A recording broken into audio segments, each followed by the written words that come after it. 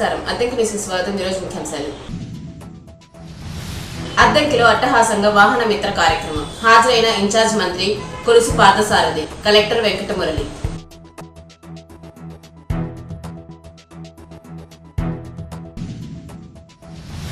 YCP Addanki నియోజకవర్గ incharge Chintalapudi Ashok Kumar convoy అడ్డగింత. అనుమతులు లేవన్న పోలీసులు.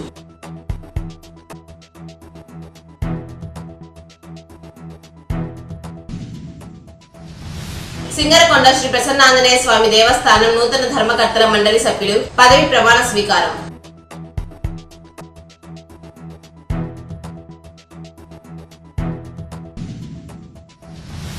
ఆటో డ్రైవర్ల సేవలో భాగంగా రాష్ట్ర ప్రభుత్వం శనివారం ఆటో డ్రైవర్లకు నగదు బదిలీ చేయనున్న నేపథ్యంలో అద్దంకిలో ఆటో డ్రైవర్లు ర్యాలీ నిర్వహించారు. ప్రభుత్వం చేపట్టిన ఈ కార్యక్రమంలో బాపట్ల జిల్లా ఇన్ఛార్జ్ మంత్రి కొలుసు పార్థసారథి, కలెక్టర్ వెంకటమురళి పాల్గొని ర్యాలీ ప్రారంభించారు. ఆటో డ్రైవర్లు తమ సంతోషాన్ని వ్యక్తపరుస్తూ ర్యాలీలో పాల్గొని ప్రభుత్వానికి కృతజ్ఞతలు తెలిపారు.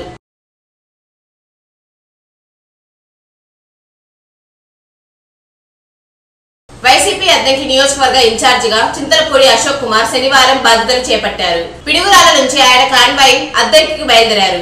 ఆయన వెంట వైసీపీ నాయకులు అధికంగా ఉండటంతో ప్రోటోకాల్ ప్రకారం అనుమతులు లేవంటూ బలికూర మండలం వైదన వద్ద కాన్వాయ్ కు అనుమతులు లేవని పోలీసులు అశోక్ కుమార్ వాహనాన్ని అడ్డుకున్నారు. దీంతో ఉద్రిక్త వాతావరణం నెలకొంది.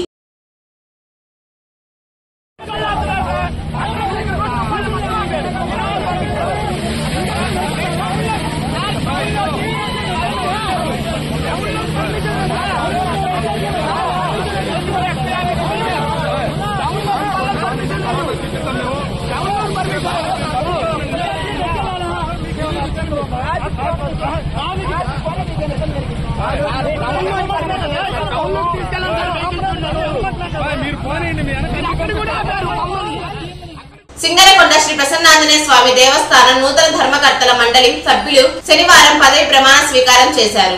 దేవస్థానం ఆవరణలోని పొంగలిశాల మండపంలో దేవస్థానం అసిస్టెంట్ కమిషనర్ తిమ్మనాయుడు ధర్మకర్తల మండలి సభ్యులతో ప్రమాణం చేయించారు. నూతన సభ్యులు మాట్లాడుతూ దేవస్థానానికి వచ్చే భక్తులకు మెరుగైన సౌకర్యాలు కల్పిస్తామన్నారు.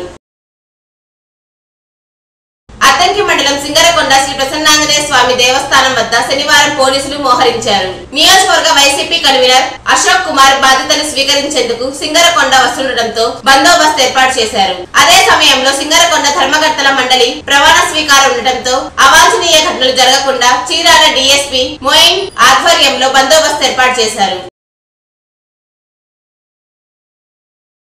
అద్దంకి మండలం బలరామకృష్ణపురంలో గోగతోటి పెద్ద సుబ్బయ్య ఇంట్లో పట్టపగల ఎవరూ లేని సమయంలో ఇంటి తలుపులు పగలగొట్టి చోరీ చేశారు. సుబ్బయ్య కుమార్తె ఆరోగ్యం బాగలేకపోవడంతో ఊరికి వెళ్లి తిరిగి వచ్చేసరికి చోరీ జరిగిందన్నారు. ఇంటి తలుపులు పగలగొట్టి లోనికి ప్రవేశించిన దుండగులు బీరువాని పగలగొట్టి 10 సవర్ల బంగారం, 20,000 నగదు తీసుకెళ్లినట్లు బాధితులు తెలియజేశారు. పోలీసులు వివరాలు సేకరిస్తున్నారు. అద్దంకి శ్రీ చక్ర సహిత వాసవి కన్యకా పరమేశ్వరి అమ్మవారి దేవాలయంలో శుక్రవారం రాత్రి వేళ వాసవి మాతకు విశేష పూజలు నిర్వహించారు. ఆలయ పూజారులు అమ్మవారికి అభిషేకాలు, కుంకుమ పూజలు జరిపారు. మహిళలు అమ్మవారిని దర్శించుకొని కాయా కర్పూరం సమర్పించి కర్పూర హారతులతో పూజలు చేశారు. దేవస్థానం పాలక మండలి ఆధ్వర్యంలో భక్తులకు ప్రసాదాల వితరణ చేశారు.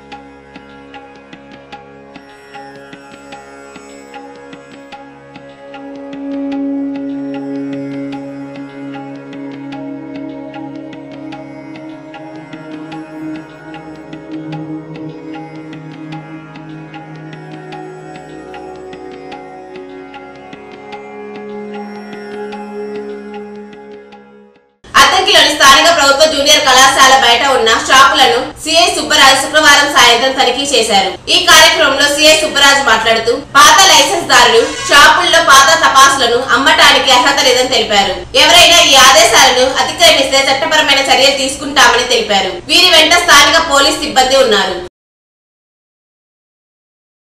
అద్దెకి సమాప్తం. తిరిగి రేపటి న్యూస్ కలుద్దాం. అంతవరకు సెలవు. నమస్కారం.